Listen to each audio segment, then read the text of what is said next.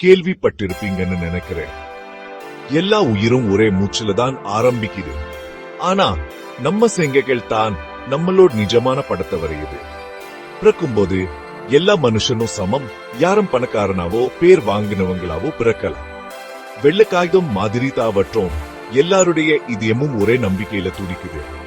ஆனா வளர வளர நம்ம பாதைகள் பிரியுது.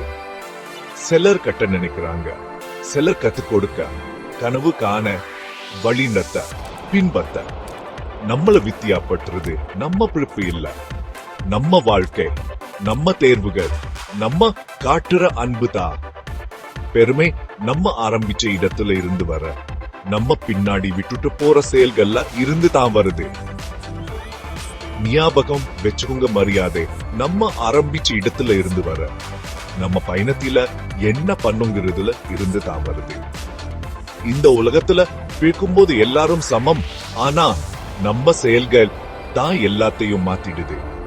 சரி, உங்க கதையில நீங்க என்ன பண்ண போறீங்க?